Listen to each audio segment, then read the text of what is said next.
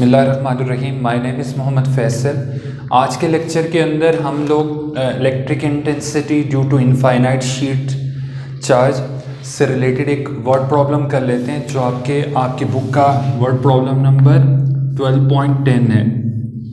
इसके अंदर कुछ ये कह रहे हैं कि आपके पास एक चार्ज्ड इंसुलेटिंग प्लेट है इस तरह की। लेट्स सपोज हम कहते हैं कि इसके ऊपर पॉजिटिव चार्ज डिस्ट्रीब्यूट हुआ है आपकी,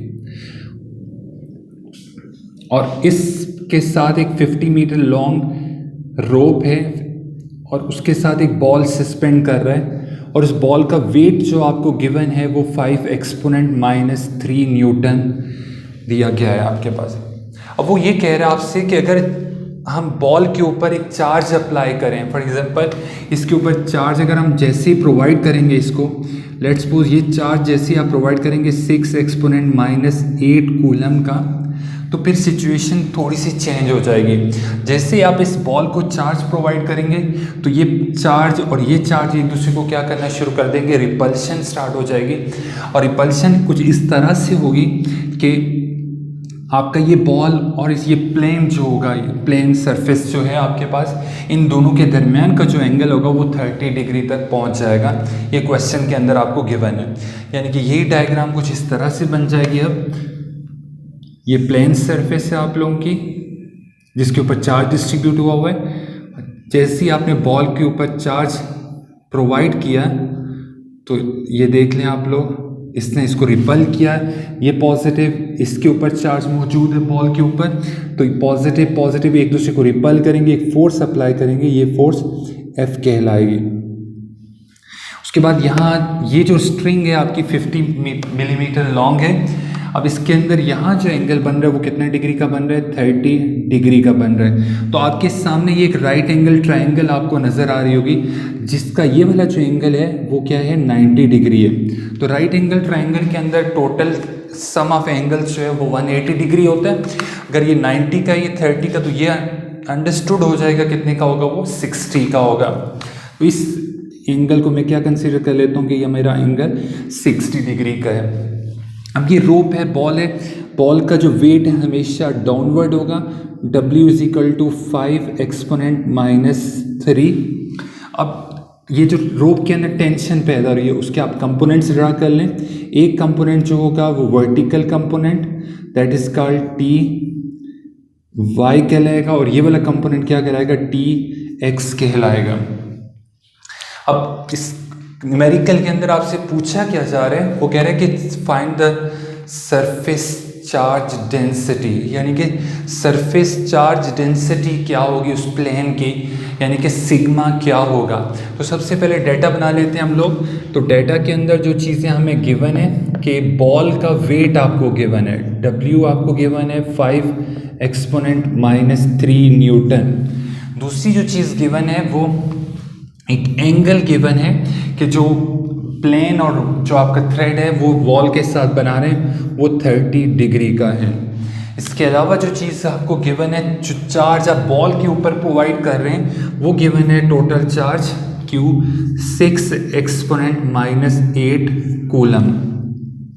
और कहा क्या जा रहा है कि फाइंड क्या करें, टू फाइंड जो चीज़ आपने मालूम करनी है वो है आपके पास sigma, charge density is equal to what, ये आपने फाइंड आउट करना होगा। अब आप लोगों ने इससे पहले इलेक्ट्रिक फील्ड इंटेंसिटी के केस के अंदर हम सॉल्यूशन की जाने पड़ते हैं, तो हमने एक फार्मूला ड्राइव किया था, E = σ/2ε0, कि हम इस अपने प्लेन को क्या कर लेते हैं, एक इनफाइनाइट शीट कंसीडर कर लेते हैं। जब इनफाइनाइट शीट कंसीडर करेंगे उस केस के अंदर हमारा फार्मूला क्या था, E = σ/2ε0 था। यहाँ से हमने क्या कंसीडर फाइंड आउट करना है, ये चार्ज डेंसिटी या सिग्मा फाइंड आउट करना है, लेकिन E मौजूद नहीं है इस क्वेश्चन के अंदर।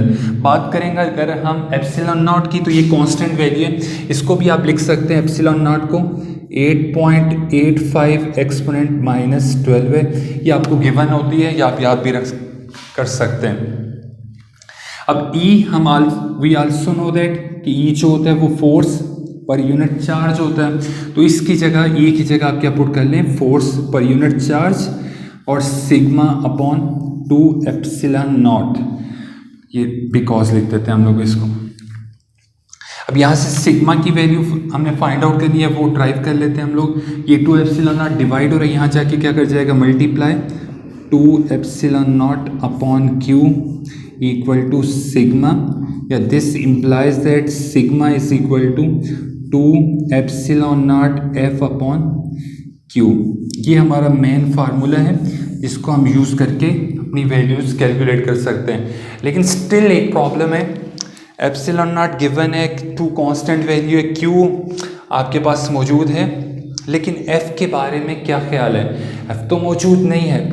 तो हम इस डायग्राम की मदद से आपने क्या करना है, यूजिंग कंडीशन ऑफ इक्विलिब्रियम की मदद से आपने फोर्स को फाइंड आउट करना है। तो हम स्टार्ट करते हैं, इसे इक्वेशन नंबर 1 का नाम दे देते हैं हम लोग। तो हम इस डायग्राम के लिए using first condition of equilibrium,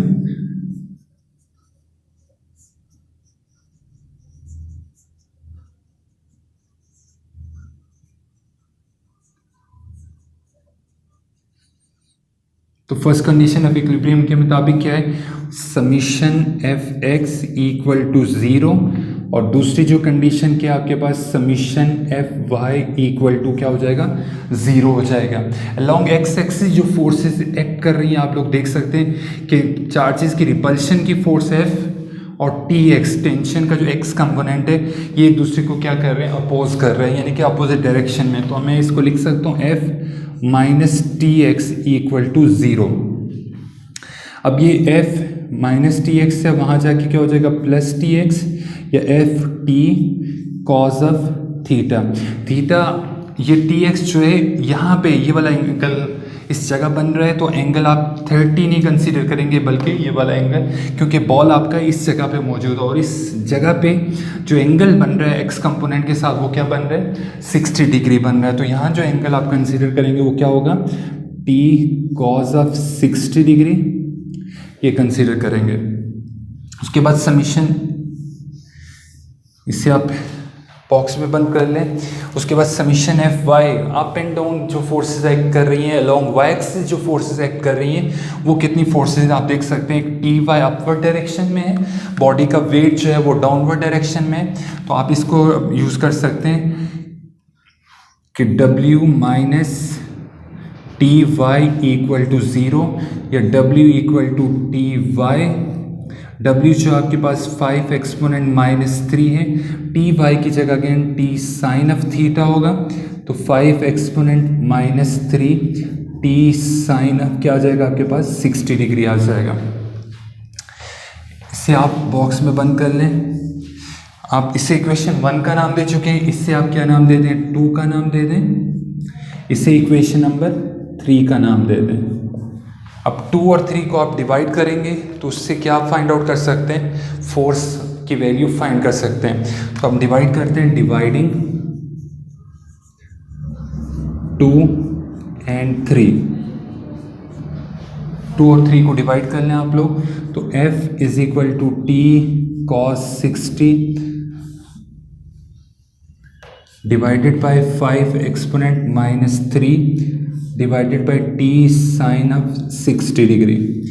तो ये आपके पास टी से कैंसिल हो जाएगा, F cos 60 divided by sine 60, cos 60 divided by sine 60, जो आपके पास वैल्यू आएगी 0.577 आ जाएगी, और ये डिवाइड हो रहा है, वहाँ जाके मल्टीप्लाई कर जाएगा 5 एक्सपोनेंट माइनस 3, इन दोनों को डिवाइड करेंगे तो आपके पास 0.577 आ जाएगा।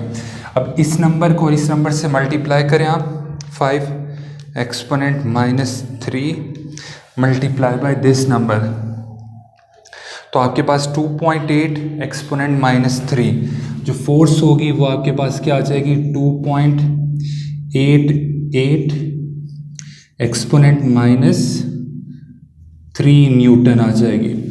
ये फोर्स आपके पास आ चुकी है। अब इस फोर्स की वैल्यू को आपने यहाँ इक्वेशन 1 के अंदर सब्सटीट्यूट करना है, जिससे आप क्या निकाल सकते हैं, चार्ज डेंसिटी फाइंड आउट कर सकते हैं। तो हम इसको यहाँ पे पुट कर देते हैं, sigma is equal to 2 epsilon naught की जगह वैल्यू आपके पास क्या है 8.85 एक्सपोनेंट -12 है।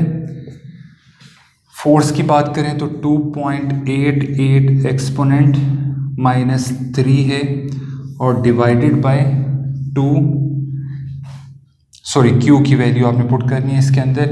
क्यू की वैल्यू जो है आपके पास 6 एक्सपोनेंट -8 है। तो इन तीनों को मल्टीप्लाई करके इस पे डिवाइड कर दें आप लोग। 8.85 एक्सपोनेंट -12 मल्टीप्लाई बाय 2, ये 5.1 एक्सपोनेंट -14 आ जाएगा आपके पास, डिवाइडेड बाय 6 एक्सपोनेंट -8 कर दें आप, तो आपके पास 8.5 एक्सपोनेंट -7 कूलम पर मीटर स्क्वायर आपके पास आंसर आ जाएगा। यूनिट है फोर्स पर यूनिट एरिया। तो इस तरह हम surface charge density find out कर सकते हैं। तो आज के लेक्चर के लिए इतना ही, बाकी इंशाल्लाह नेक्स्ट लेक्चर में देखेंगे।